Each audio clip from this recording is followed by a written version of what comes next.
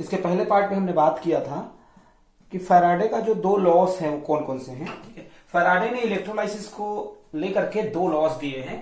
पहला लॉ ये कहता है कि किसी भी इलेक्ट्रोलाइटिक सॉल्यूशन में जब इलेक्ट्रिक करंट पास किया जाता है तो जो सब्सटेंस का डिपॉजिट होता है किसी भी एक इलेक्ट्रोड में, वो इलेक्ट्रिक करंट के डायरेक्टली प्रोपोर्शनल होता है। मतलब इलेक्ट्रिक करंट जितना ज्यादा फ्लो होगा उतना ही ज्यादा आपका मटेरियल जो है या आपका सब्सटेंस जो है किसी एक इलेक्ट्रोड में डिपॉजिट होगा। ठीक है, सेकेंड जो लॉ है वो ये कहता है कि अगर एक ही सीरीज में बहुत सारे इलेक्ट्रोलाइटिक सॉल्यूशन को हम अरेंज कर दें और उसमें सेम अमाउंट ऑफ एनर्जी को, सेम अमाउंट ऑफ इलेक्ट्रिसिटी को पास करें, तो सारे इलेक्ट्रोलाइटिक सॉल्यूशन के जो इलेक्ट्रोड्स हैं, सॉल्यूशंस में जो इलेक्ट्रोड लगे हुए हैं, उनमें जो सब्सटेंस का डिपॉजिट है वो बिल्कुल उसके इक्विवेलेंट मास के बराबर होता है।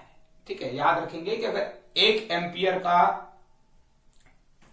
अगर हम इलेक्ट्रिक करंट पास कर रहे हैं, ठीक है, पूरे सॉल्यूशन में, ठीक है, तो जितना आपका इलेक्ट्रोड में जमा हुआ, डिपॉजिट हुआ जो सब्सटेंस है वो इक्विवेलेंट मास के बराबर होगा और सबका इक्वल होता है, सबका उसके इक्विवेलेंट मास के बराबर होगा। ये सेकेंड लॉ था। ठीक है, तो इन दोनों लॉस से रिलेटेड कुछ न्यूमेरिकल क्वेश्चंस हैं।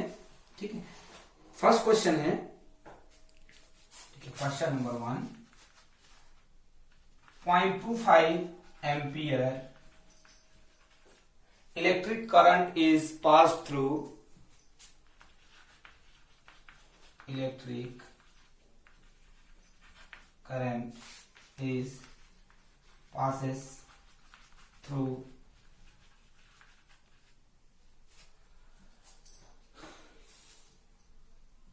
copper sulfate solution, copper sulfate solution for 1 hour, for 1 hour। ठीक है, मतलब 1 घंटे के लिए 0.25 एम्पियर इलेक्ट्रिक करंट जो है कॉपर सल्फेट सॉल्यूशन से पास किया जा रहा है। ठीक है, then calculate the amount of copper deposited upon cathode. ठीक है, सुन लेंगे ध्यान से। 0.25 एम्पियर इलेक्ट्रिक करंट जो है कॉपर सल्फेट सॉल्यूशन में 1 घंटे के लिए पास किया गया है। ठीक है, तो उस 1 घंटे तक 0.25 एम्पियर इलेक्ट्रिक करंट पास करने से कितना कॉपर कैथोड में डिपॉजिट होगा, जमा हो जाएगा, उसका अमाउंट आपको बताना है। ठीक है, तो कैसे करेंगे? सबसे पहले देखें, अमाउंट ऑफ इलेक्ट्रिक करंट सबसे पहले आपको निकालना पड़ेगा। ठीक है, या टोटल चार्ज जिसको कहते हैं। टोटल चार्ज क्या होता है जी? टोटल चार्ज का मतलब होता है C इंटू टी।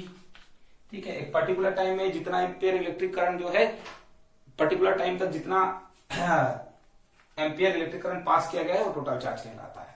ठीक है, तो ध्यान से देखेंगे C क्या है। ठीक है, इलेक्ट्रिक करंट कितना दिया गया है, तो ये है आपका 0.25 एम्पियर। ठीक है, कितने टाइम तक? ठीक है, तो 1 घंटे तक। लेकिन यहां जो T है उसकी वैल्यू सेकेंड में होती है, तो 1 घंटे को आपको सेकेंड में बदलना पड़ेगा। 1 hour is equal to 60 minutes and 1 minute is equal to 60 second. ठीक है, तो आप क्या करेंगे, 60 इंटू 60, तो ये 1 आवर के बराबर हो जाएगा। 60 इंटू 60। ठीक, तो जो वैल्यू आएगी वो कूलम्स में आएगी, क्योंकि टोटल चार्ज जिसको Q से डिनोट करते हैं उसकी वैल्यू हर बार कूलम्स में आती है। ठीक है, जब 60 इंटू 60 3600 आएगा, मल्टीप्लाइड बाई 0.25, तो यह आ जाएगा आपका 900 कूलम्स। ठीक,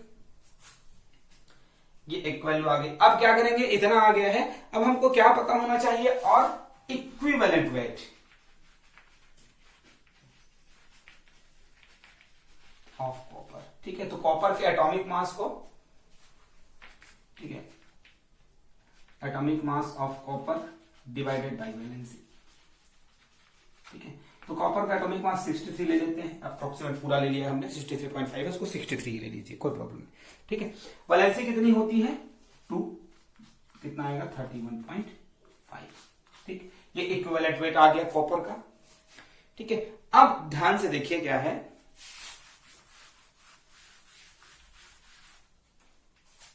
when 96,500 coulombs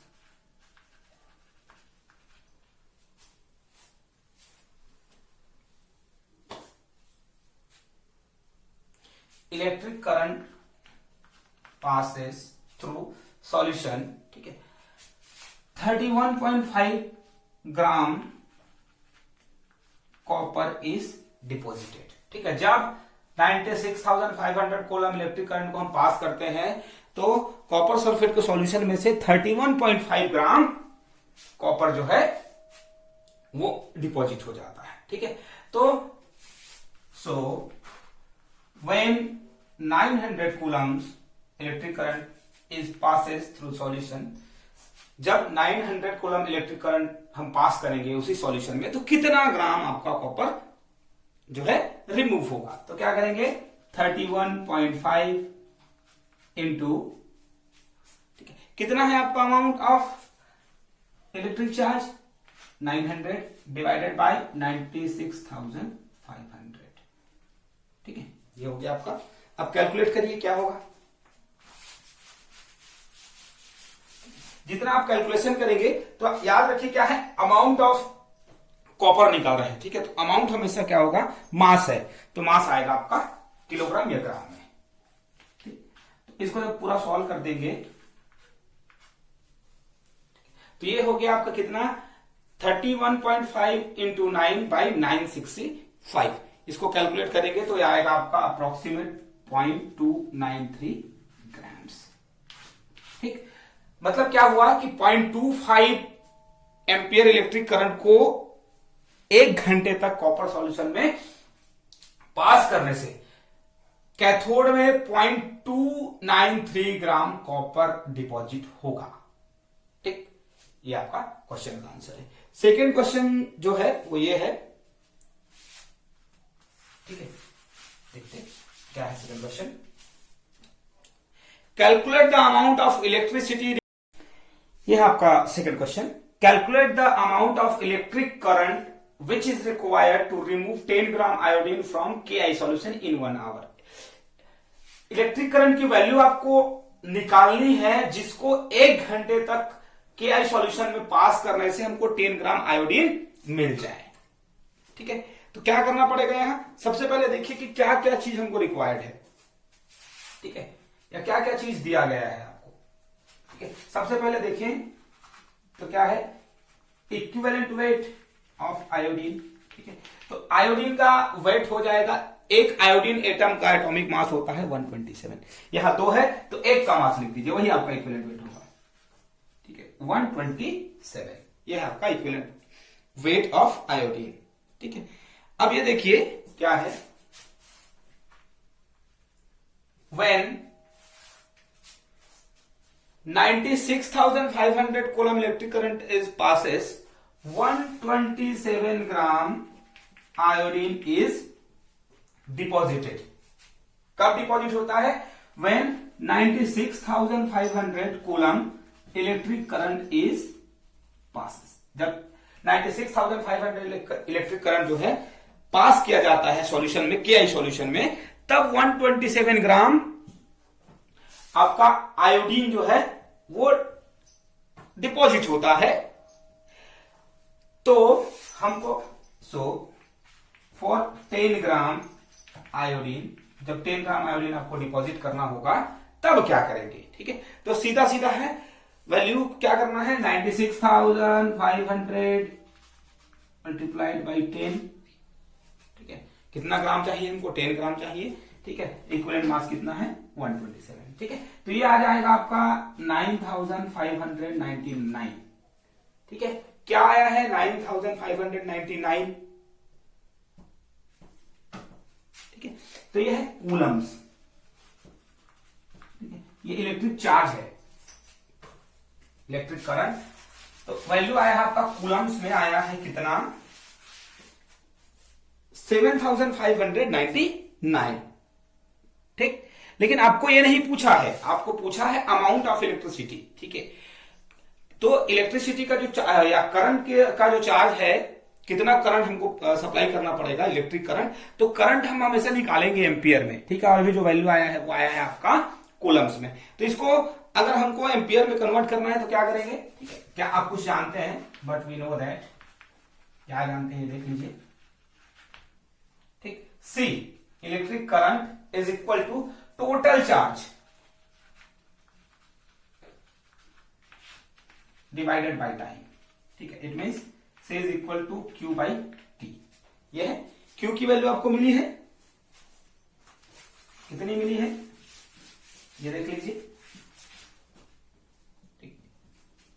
Q मतलब कूलम्स में जिसकी वैल्यू आती है total charge, C is equal to 7599 divided by time.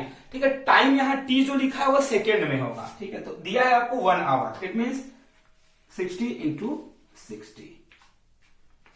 ठीक, okay. Coulomb per second is known as ampere. ठीक, ऊपर कूलम है, इधर सेकेंड है, नीचे तो होगा कूलम पर सेकेंड, और उसको हम कहते हैं एम्पियर। तो जो वैल्यू आएगा वो एम्पियर में आएगा। अगर इसको हम कैलकुलेट करें बेसिकली, ठीक है, आप कैलकुलेटर का यूज कर सकते हैं, तो आपको वैल्यू मिलेगा 2.11 एम्पियर। ठीक है, अब कोई मुझे पूछ सकता है कि एम्पियर कहां से आया? ठीक है, कूलम पर सेकेंड, ऊपर कूलम है और नीचे है आपका सेकेंड, तो हो जाएगा coulomb per second, it is known as ampere. ठीक है, तो ये दो क्वेश्चन जो है वो बहुत इंपॉर्टेंट है आपके फैराडे लॉ ऑफ इलेक्ट्रोलाइसिस से। ठीक है, फैराडेस लॉ ऑफ इलेक्ट्रोलाइसिस जो आपका दो लॉ है उसमें से दो क्वेश्चन बहुत इंपॉर्टेंट है। ठीक।